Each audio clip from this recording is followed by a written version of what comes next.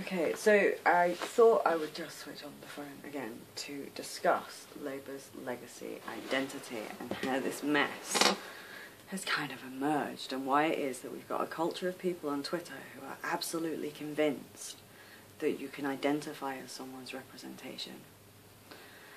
Now, institutions, they don't, they evolve over time, and they're shaped by 1,000,001 things.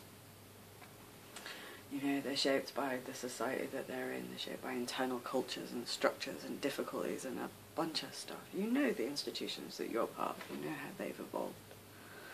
Now, at its core, Labour came into existence kind of at a point in time where we were not enfranchised. You know, before a world war where millions were sent to die for a country they couldn't even vote in.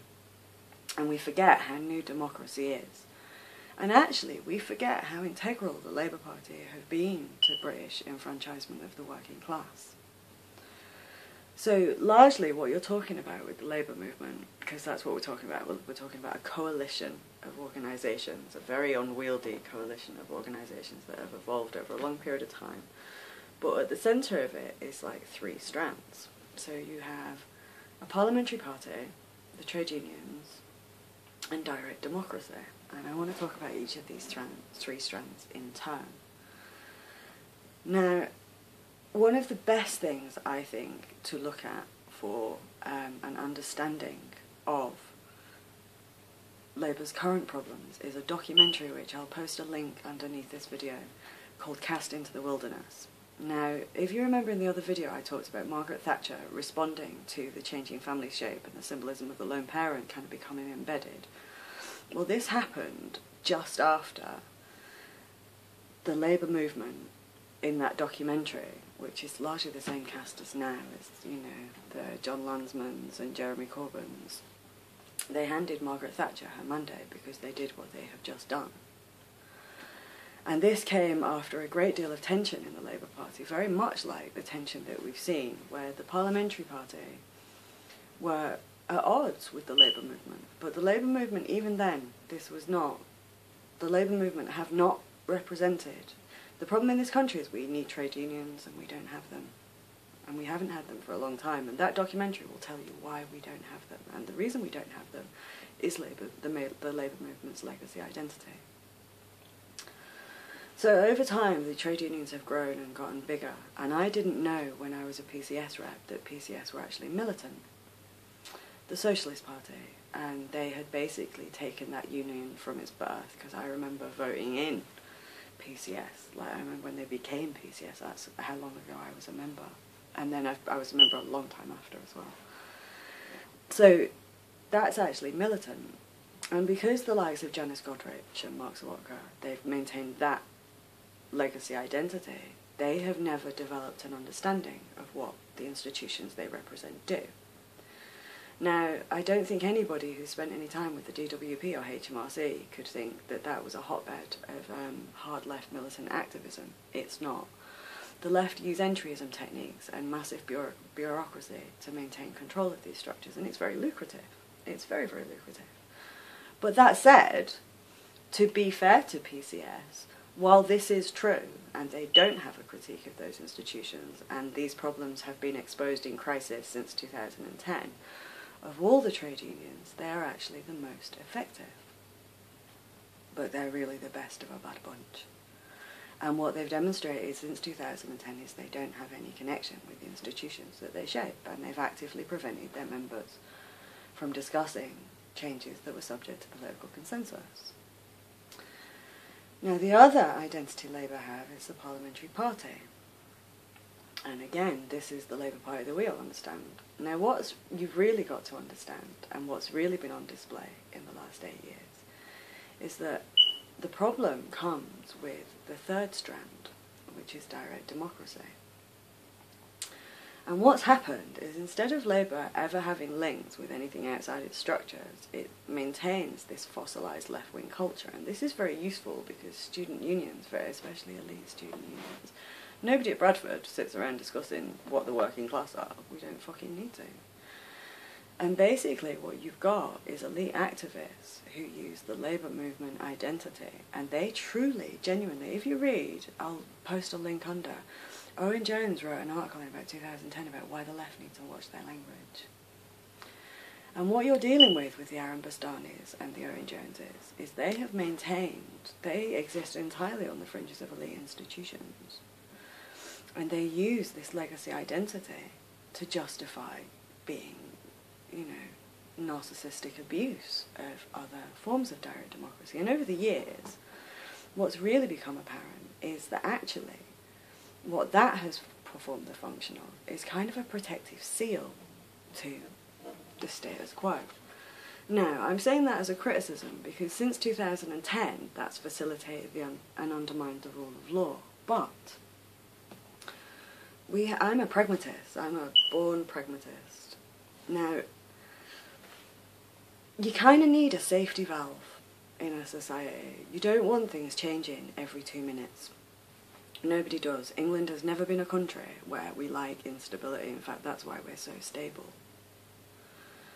And so largely, these jumped-up little wannabe revolutionaries have performed the function, I think, of protective seal around the status quo. And their kind of nastiness, this has been playing out like a war of attrition within Labour Party structures since their inception. Like, you can read back to 1900, they have been going over the same psychodrama between these three strands forever. And, you know, Labour's evolution, this often made sense. You know, we didn't have a world where someone could sit and make a video to pierce media narratives using a fucking phone in, you know, at whatever time it is. God, it's that time. I'm not even going to tell you what time it is. This is not the world that we had, and you do need a bit of a protective seal. And the way that kind of things have evolved, because we've been a very stable country. I know we moan. Huge problems in this country. Always been, you know, we're not perfect. But we're stable and we're functioning. And actually, more or less, things have functioned. And these institutions have evolved over a long time to a way that we used to do things. And at the same time, the systems that are outlined in Playlist 1, the evolution of systems, they're actually shaped by actual direct democracy, you know. These are systems that have entirely been shaped by social change, social movements, institutional crisis, institutional failure, and this is become embedded in the rule of law. And so these institutions have evolved over here, and Labour have evolved into what they are. Now, fundamentally though, at the core of Labour, within Labour, there's always been the Fabian streak, where they have never quite got rid of the belief that the way that things should be is the way it was pre-945, and those working class oiks can't really cope with democracy, and they're the best people. And that's your Polly Toynbees and, you know, the Fabian Society. And that's a class identity. And what they have done over the years, what they've been allowed to do because of the growth of media democracy, because of the growth of think tanks instead of kind of policy making from institutional level, because of changes in our, you know, and these are changes that have happened by consent. We can all pretend that we objected to these. We did not. This is all by consent. They have kind of re-emerged, and then, as everybody is wont to do, they have steadily reproduced their class identity, and as they've been surrounded by more and more people from their own class, they've just assumed that we would revert to this. And because they haven't been aware of the institutions that I'm discussing, and the way that they evolved through crisis, and the way that they have evolved on the back of deaths of children and massive failure, these things have happened separately, and Labour have just basically been swallowed up by elite social closure. Now, Labour have a problem with dynastic politics. When you have dynastic politics and family structures reshaping institutions, you have a problem with elite social closure. Labour has dynastic politics now. You can't have dynastic politics in a democracy. I don't know whether you know that. And over the years, what Labour have actually done is they've started to kind of, the tension between their function and their identity has kind of pushed them further and further into kind of an isolated bubble.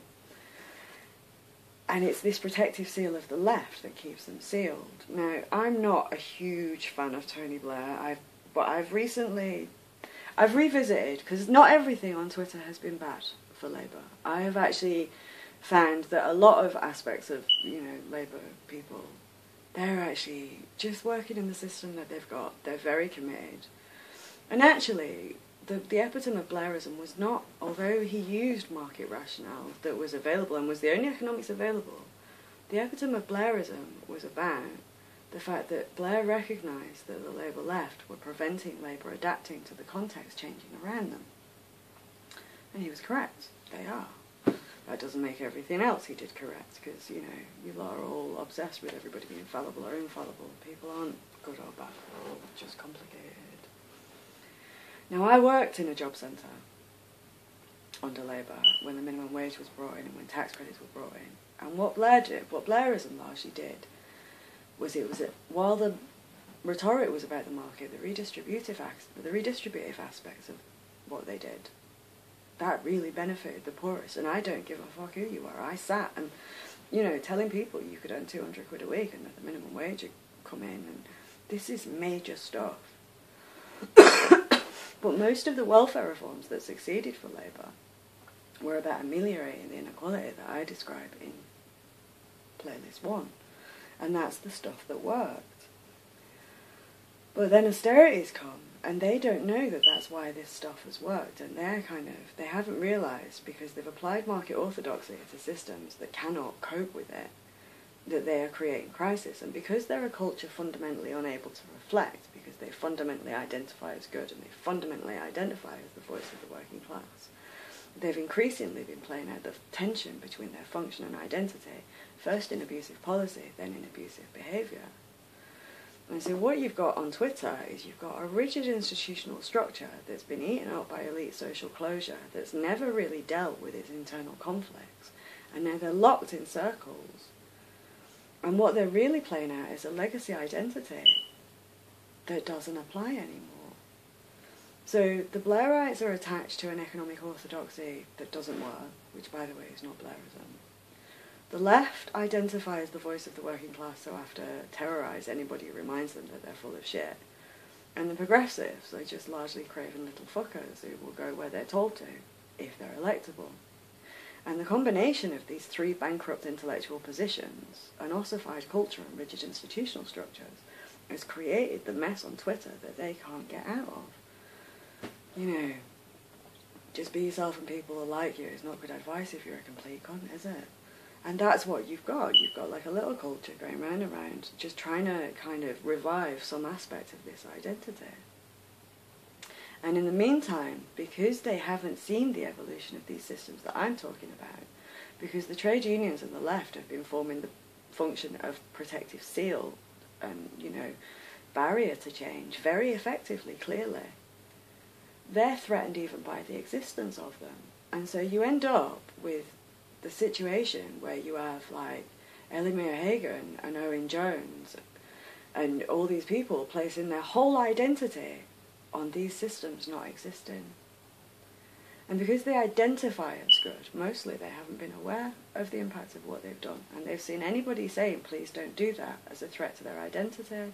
And when Dawn Foster says she thinks I'm a bully, she means it. They believe it. They believe that that's bullying them, to ask them not to actually consider their identity and the impact of what they're doing. And so until Labour can adopt intersectionality, they can't get out of this crisis. And they don't know that yet. They will know it. They might know it too late, I think. But in the meantime, the Tories are fucking incompetent. And the problem is that this is a symbiosis. So when one breaks, the other breaks. And so we've got Labour locked in an identity crisis. We've got the Tories locked in a fucking death spiral. And what they're both locked in is a death spiral that's about that neither of them can adapt to the world that they're now in. And so instead of trying to adapt, they've just thrown the country over a cliff. And they're all on Twitter like fucking Narcissus, wasting away watching his own reflection while we've got massive system failure, we've got eroded systems, and we're throwing ourselves over a cliff. I don't know what the point of that video was, really. I think it's just despair.